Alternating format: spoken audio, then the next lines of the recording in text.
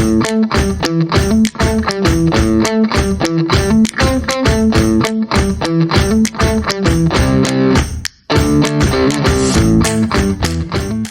friend, welcome to A Water Connection, a space created to learn, connect and multiply the power of a conversation to give visibility to the water industry. I am Jess Borges, a passionate human who believes you should increase your water curiosity. Welcome to this new episode. Today I am with Leith Boully. She is going to help me understand what is the Murray-Darling Basin and why is it so important for Australia. Leith is a highly regarded and experienced director in the water sector. She has an extensive catchment management and stakeholder engagement knowledge, particularly in complex, culturally diverse and politicized contexts. She's the founding director of the Australian WaterTrust and has always believed in a people-centric approach to tackling water issues, having learned very early in life that it's people that solve problems and not science or technology. Welcome to our Water Connection, Leith. Thank you, Jess. It's lovely to be here. Thank you. Leith, you have been involved in multiple roles related to the Murray-Darling Basin management. For someone who may not be that familiar with what the basin is, and myself included when I first came to Australia, what is the Murray-Darling Basin? The Murray-Darling Basin is a really large catchment that runs from Queensland through New South Wales, Victoria and into South Australia, where the River Murray goes to the sea through the Coorong. It's sometimes called the heart of Australia because within the Murray-Darling Basin, a lot of agricultural production happens. A lot of people live within the Murray-Darling Basin, and a lot of people depend on the basin for food and water. Adelaide's not within the basin, but Adelaide sources most of its water from the Murray-Darling Basin. I like to think of it as a place that provides home to many, many Australians and provides for their livelihood and meets our need to connect with nature, because not only is it a productive place, it is a wonderful environmental asset for Australia. I think it's very interesting. Yeah, it's an environmental asset and is the heart of Australia. I had never heard that before, and that is really something that is going through multiple states and is really so important to the livelihood of so many people. With such an important system extending multiple states and multiple users, who is responsible for this basin? The simple answer to that is we're all responsible, because it comes back to the individual to think about, understand and take action to preserve what are precious assets, whatever their interest, whether you're a First Nations person, you're a farmer, you're an environmentalist, or you happen to live in Adelaide and take water from the system. But of course that's a bit simplistic and we have to complicate things. Each of the states, so Queensland, New South Wales, South Australia, Victoria and the ACT, have rights to manage the waters that fall within the states. Some years ago, a lot of years ago, in fact, the states came together, and this was during the days when navigation was a really important issue for Australia, so over 100 years ago. And the states worked together to make sure that they could have navigation down the Darling River and the Murray River. Then things changed and navigation was no longer the critical issue, and water sharing became more and more important as agriculture developed and the system developed within the states to allocate water entitlements to irrigators. Over the years, challenges arose because some people weren't getting enough water, weren't able to access water. The environment was suffering from a lack of water because of consumptive use.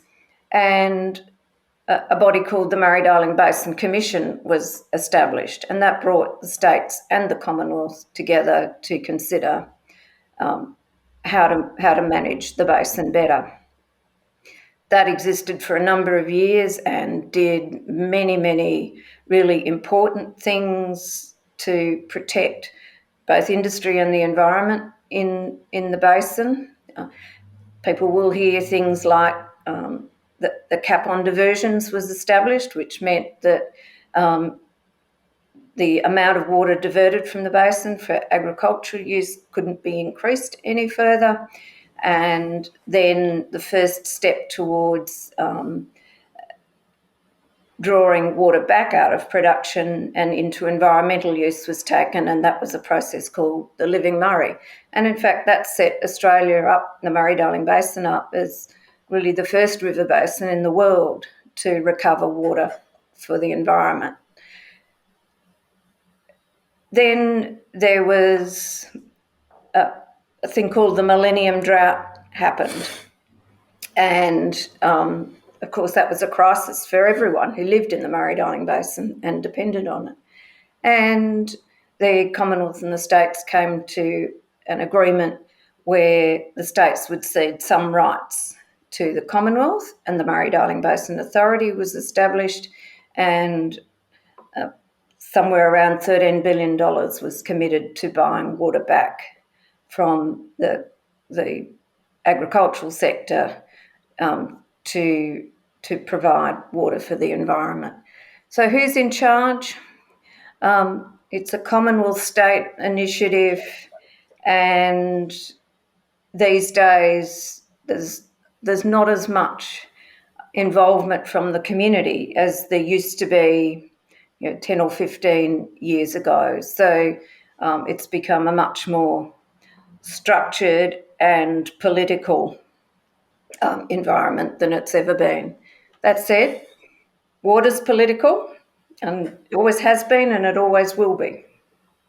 Yeah, I would imagine. Yeah, it's hard. It's easy to kind of simplify it to just is a resources or seeing it only from a technical perspective. But it's really when water is so important for society, it really kind of needs to touch on the political side as well. You mentioned earlier that one of the things that was established first was these water entitlements. Is this kind of like a limit of water that each person or each user needed to use, or what does that mean exactly? So a water entitlement in the Murray-Darling Basin and almost anywhere else is an instrument that allows you to take a certain amount of water if it's available in a particular season. So sometimes it's not available, so you can't take it, or you can only take a proportion of it. But it's a property right now. So like you have a property right for a house block or a farm, the water entitlement is now a property right. So it's an entitlement to take a share of the available water resource in any particular season. Yeah, okay, so it's a seasonal thing. Yeah, I didn't know that. I had heard of it, and I always hear that when they're talking about this basin and users, they talk gigaliters, and like I'm an engineer, so I'm like gigaliters of like how often? Like, is it a year? Is it I didn't know exactly what it meant, so that's interesting to know. And is it that measured, or how do they? Because there would be so many users along the whole river. How do you know that that's being actually complied with? Well, there's a requirement for every water user to have a meter, and those meters are monitored by various different bodies at the state and the federal level. And irrigators are usually required to report on how much water they've taken or used. Of course, it's much more complicated than that, but the answer to the question is yes, the amount of water that's taken is measured, and there are auditing processes now in place that make sure that the information provided is in fact accurate.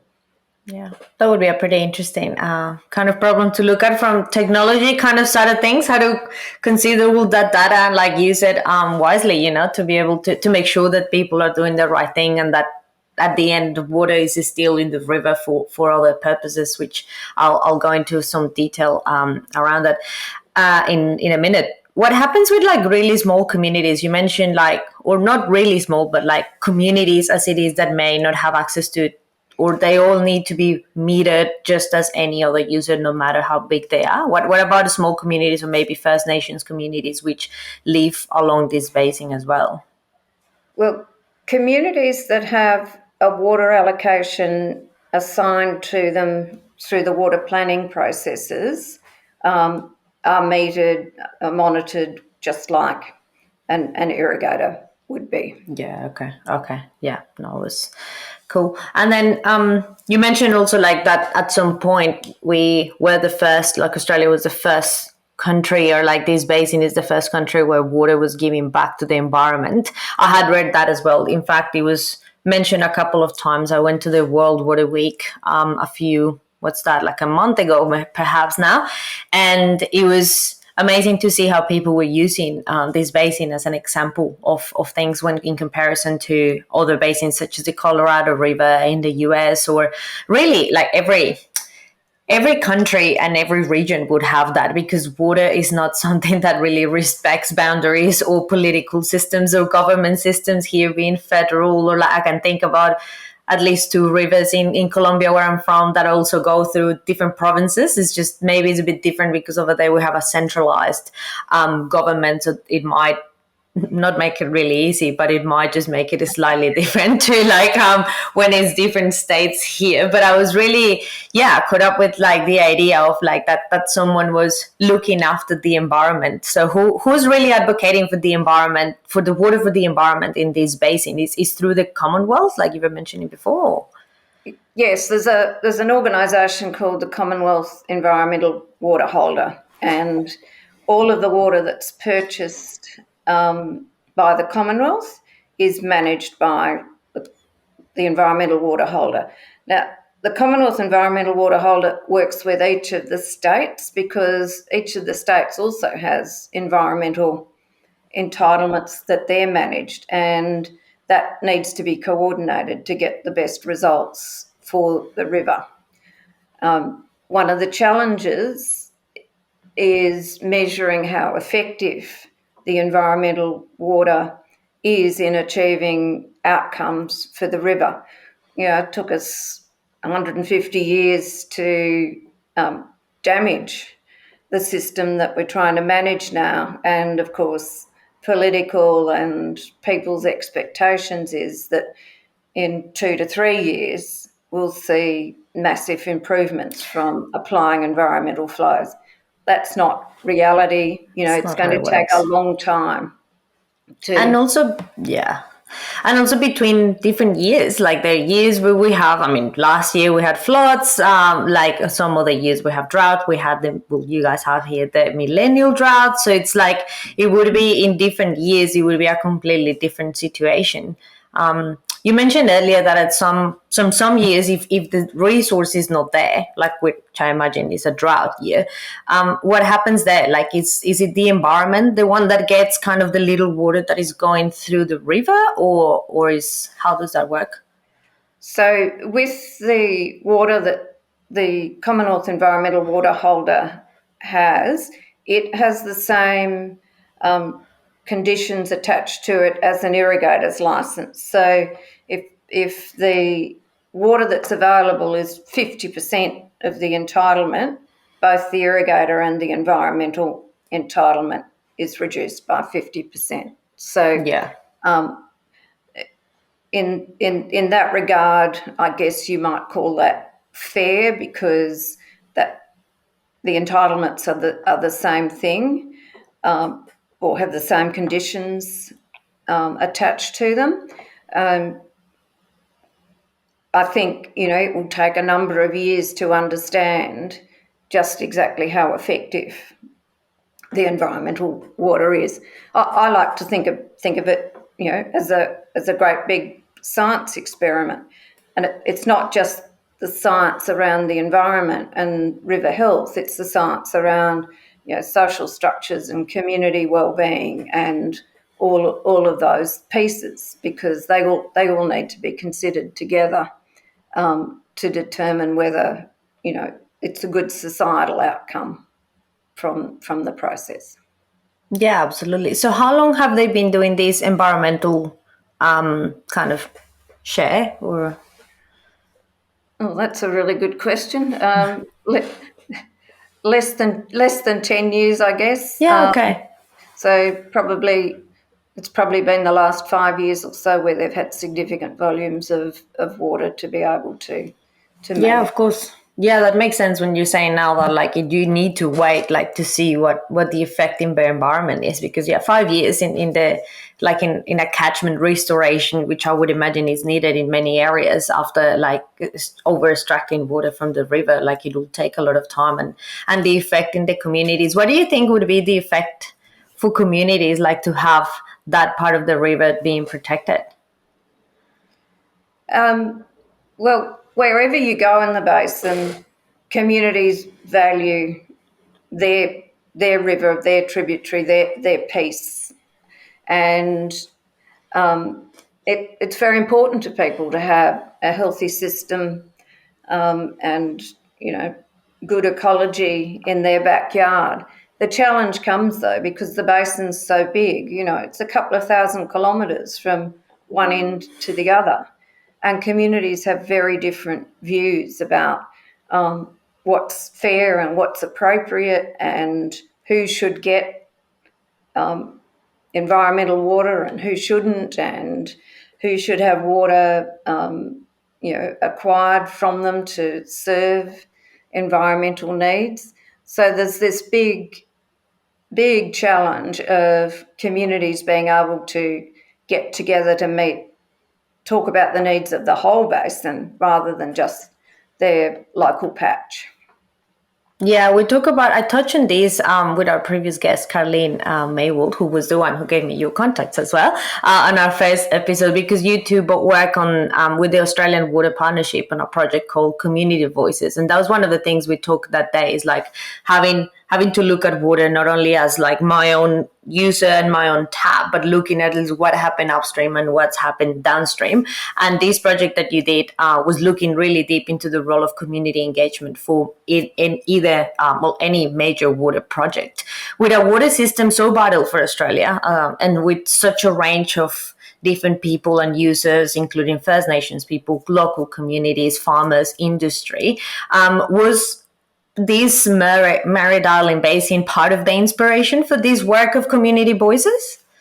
It was, because both Carleen and I have had some wonderful experiences with communities driving the need for change rather than it being governments. And where you get communities passionate about making change, things happen. Politicians follow strong voices that come from a broad perspective of stakeholders.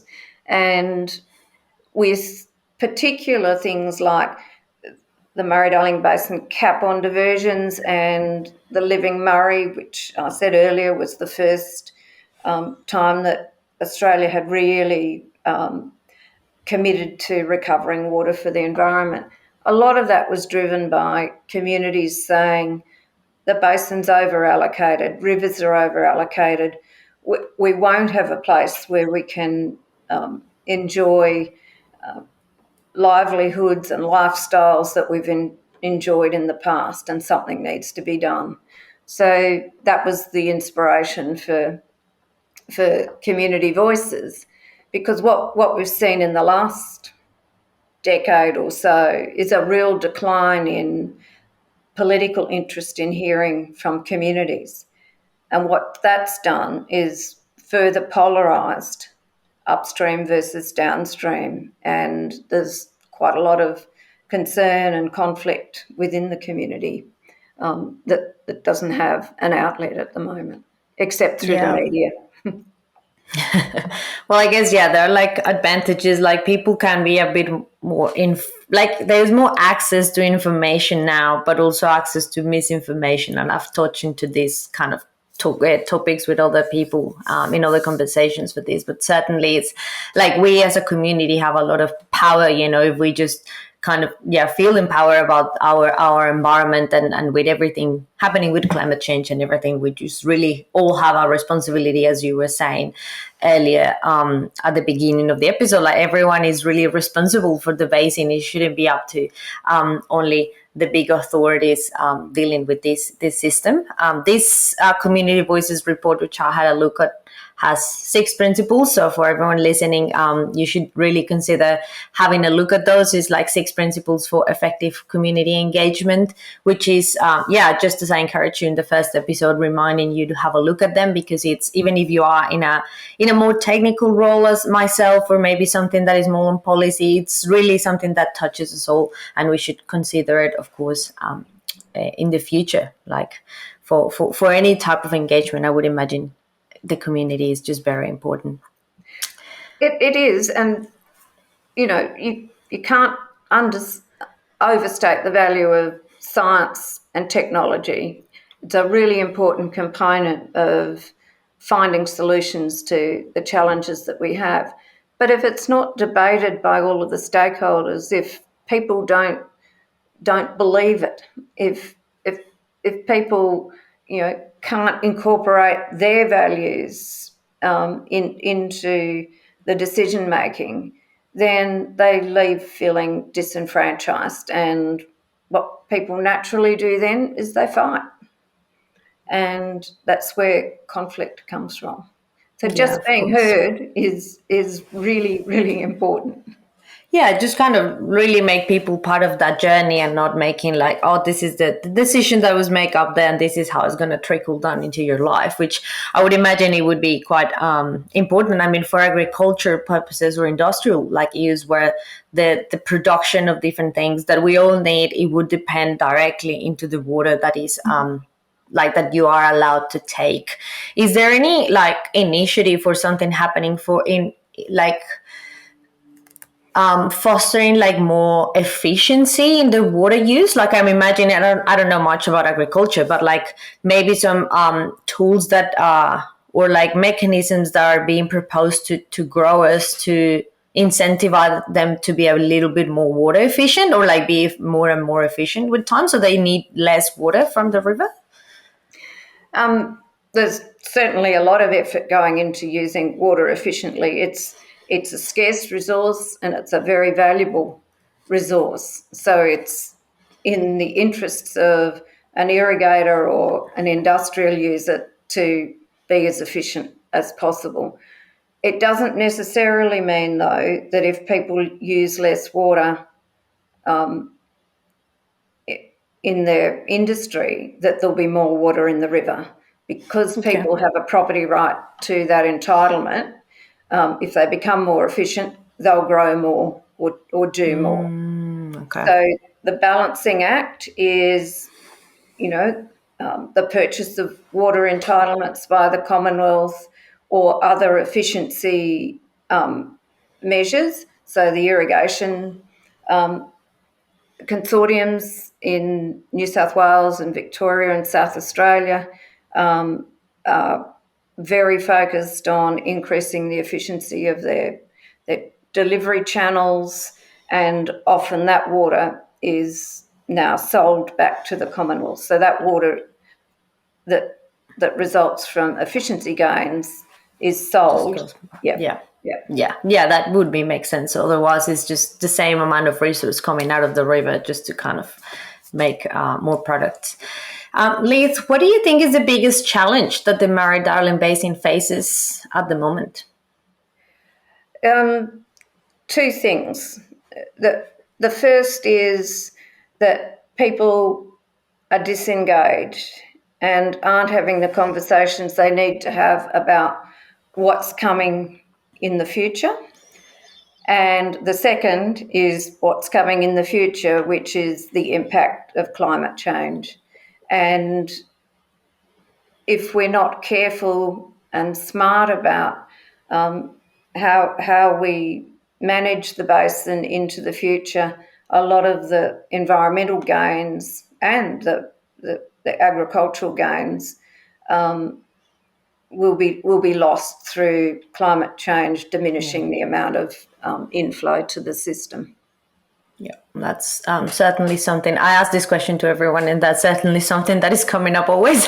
The impact of climate change in different parts of our sector, but yeah, certainly for this, like if it is depending on how it's going to be, could be less water all the time, or maybe more extremes. Also, like preparing for bigger floods and bigger droughts, then it's certainly something that is a big challenge.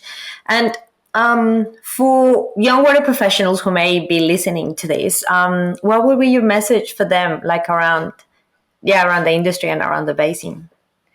Look, being involved in water resource management or natural resource management, and the two go hand in hand, is one of the most rewarding things that you can ever do. It's really hard. It requires you to have the courage of your convictions to step up and do what needs to be done. But we need more and more people from different disciplines stepping in and being part of the conversation and leading change, because none of us can live without water. It's our most precious resource, and we need the best minds and the people with the best intentions to be committed to it. Oh, thank you. And just to wrap up, why do you work in the water industry? Probably it mirrors a bit of what you just said, but what has have you like working in the water sector and water resources management? I've got a great passion for rivers and the environment, and also for being able to bring people together to have difficult conversations. And I get great joy out of seeing people with very divergent views coming to conclusions that are in the interests of the greater good. That's why I've been involved. That's great. Yeah, like I see that as a big challenge, bringing people of different views and with different drivers and with different objectives towards something in common is certainly, yeah, sounds like a big challenge, and I'm very glad you enjoyed it a lot. Leith, thank you very much for your time today. You definitely have enlightened me, and hopefully people listening to this into the importance of the Murray-Darling Basin, just like a basic overview of why is it so important for Australia and the role that community engagement has in this angle of our sector that probably is not getting the attention that it deserves. But thank you very much for those inspiring words also for our audience. And yeah, to you, thank you very much for being here. Thank you, Jess. That was fun. It's such a complex topic. I'm sure you only got a tiny glimpse.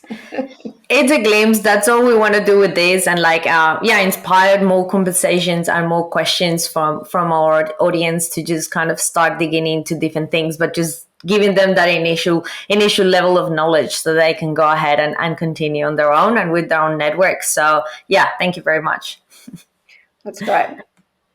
And to you, my friend, thank you very much for tuning in and listening to this episode of Our Water Connection. I hope you enjoyed the ride. Follow us on LinkedIn as Our Water Connection, and on Twitter or X now as Our Water Connect to hear all the updates and new episodes coming. Until next time, thank you.